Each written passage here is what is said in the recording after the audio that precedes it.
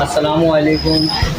आप देख रहे हैं K6 सिटी न्यूज़ में हूँ आपका होस्ट मोहम्मद बिलाल कुरैशी। नाज़रीन, आज हम मौजूद है डिस्ट्रिक्ट वेस्ट के इलाके सरजानी टाउन यूसुफगौर में, और यहाँ पर अल रज़ाक बेकरी पे हम मौजूद हैं। मज़ीद हम जानेंगे अल रज़ाक बेकरी के ओनर से, ज़ुबैर कुरैशी से, कि वो के इलेक्ट्रिक और गैर एलानिया लोड शेडिंग के हवाले से क्या कहना चाहते हैं।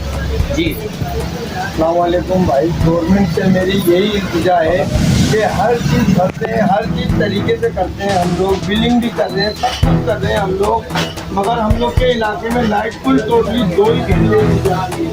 ये क्या है गलती है? अब आखिर में आके हम लोग वही काम होगा कि इलेक्ट्रिक पे जाके धमाके या मारेंगे, चीज़ें उठा के सब कुछ करेंगे, तोड़ फोड़ करेंगे, मगर ये नाजायज़ है, हम लोग के साथ बहुत नाजायज़ हो रहा है। तो यही आप लोगों से हमारी जो लोग देख रहे हैं के बड़े ऑफिसरान कि हम लोग को भी जीने का हक बनता है। 2 घंटा पूरे दिन में लाइट दी जाती है, उसके बाद भी लाइट का कोई इंतजाम नहीं है, पूरे दिन लाइट ले ली जाती है। यार हमारे बच्चे गिड़गिड़ाते हैं घरों में, हमारे बच्चे पूरे तरीके से गिड़गिड़ाते हैं भाईजान।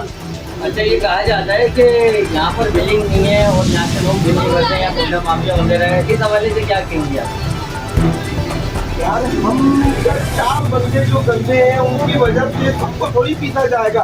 आपका हक बनता है कि उनको पकड़ो जो इस काम को कर रहे हैं। उनके बाद आप देखिए इतने लड़के भर्ती करे गए तो कितने करे गए, ये गार्ड इतने सब कुछ, इनकी सहूलत है, इनको सब कुछ दिया जा रहा है। क्यों दिया जा रहा है?